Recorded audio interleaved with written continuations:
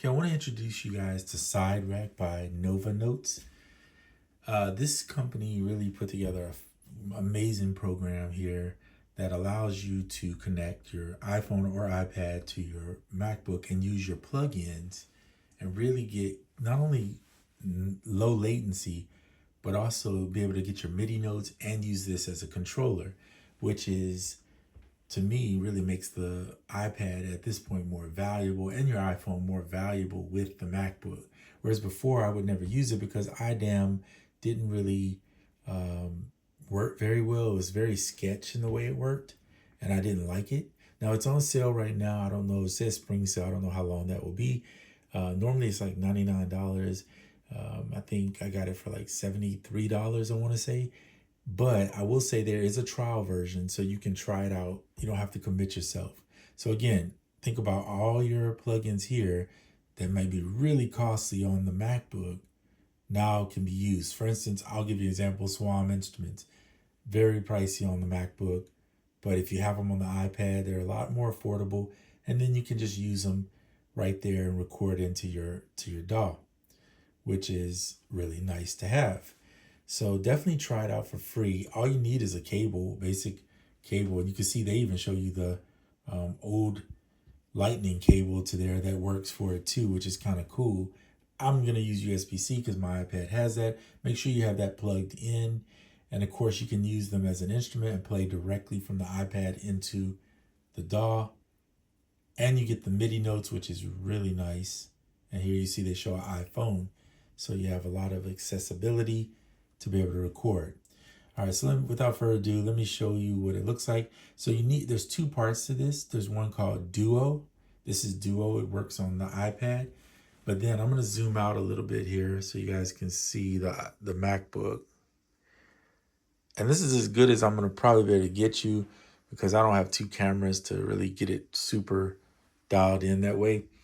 But you'll see on the desktop, you'll get the program here and it doesn't look like this.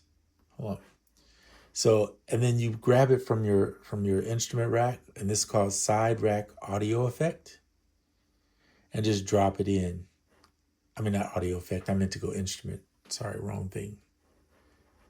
SideRack instrument. There is an audio effect one that you can use, but I wanted to show you the instrument. All right, so you see it says, if you can, I know it's hard to see here, but if you look over in this area, it says connected, okay? And here's the iPad, but you have to select it. So I'm gonna launch this here. It's gonna tell you to plug it in and then choose your iPad. So I did, and now you'll see this screen here pop up. Now you can load them from here or from here. I'm gonna load them from here just so you can see it a little bit clearer. So I'm gonna zoom in just a little bit more for you to be able to see it. So if you pick here, pick your plugin, then you see your list come up. You can search for it, or you can just find it here. To make this easy, or at least what I think will be easier, I'm going to get something where I have a keyboard in it. Let's see. Because I can play it. So let's use, and I want to use Barista. All right. So I don't have a keyboard in this one, but you can also go and add in modulation stuff if you want. And you can also go in and add in your effects. So let's say I wanted to use EOS.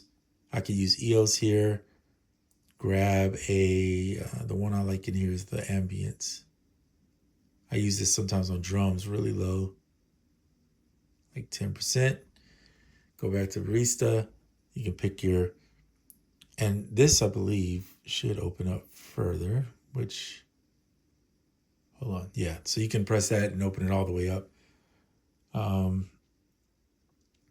All right, let's do these percussive drums.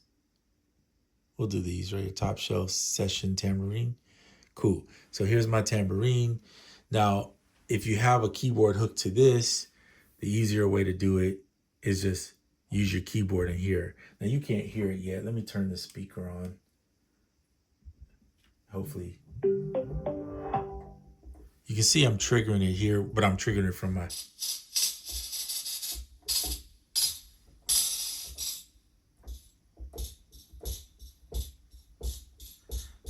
So I'm playing that. Now it's using the tempo that you have set in the DAW. This tempo, I believe it is. So let me turn the tempo down. Yeah. So it's using whatever tempo. So you want to set your tempo in the DAW itself. And it will record the MIDI onto the SideRack track that you have right here. So one way, you can also look in here and click on these, but I don't think it just moves it to and from each device, right? So let's go back to Barista. I'm gonna close this for now. I like to set up an audio track. You don't have to. You could just record the MIDI in if you wanted to, and then later on process it with the audio track portion of it. But what I like to do is set up one and I'll select side instrument, right? And then I'll press record here. And on the side instrument, I just set mine to in here. So I'm just sending the audio into this track. That's all I'm doing. It's nothing major. So now when I press record on my DAW,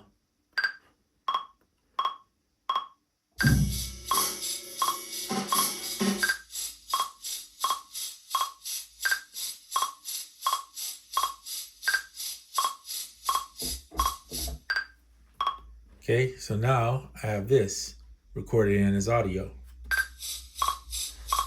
Turn that click off so it don't drive you crazy.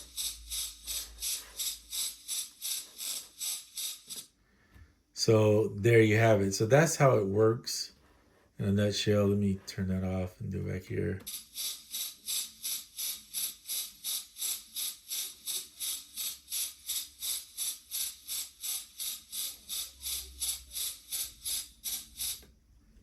There you go. So it's a quick way if you want to use. Now there are certain instruments, like this is one of them that I really like to use on iOS. However, I could buy it in theory on desktop, and you can sometimes get it pretty cheap. It's not super expensive, but why? Why do I want to go buy it again if I have a program that'll allow me to use most of those effects? Now you can record the MIDI. I said that already. I'm going to show you. I'm going to do the same thing. If I arm both the tracks, the SideRack and that, it's going to record the MIDI too. So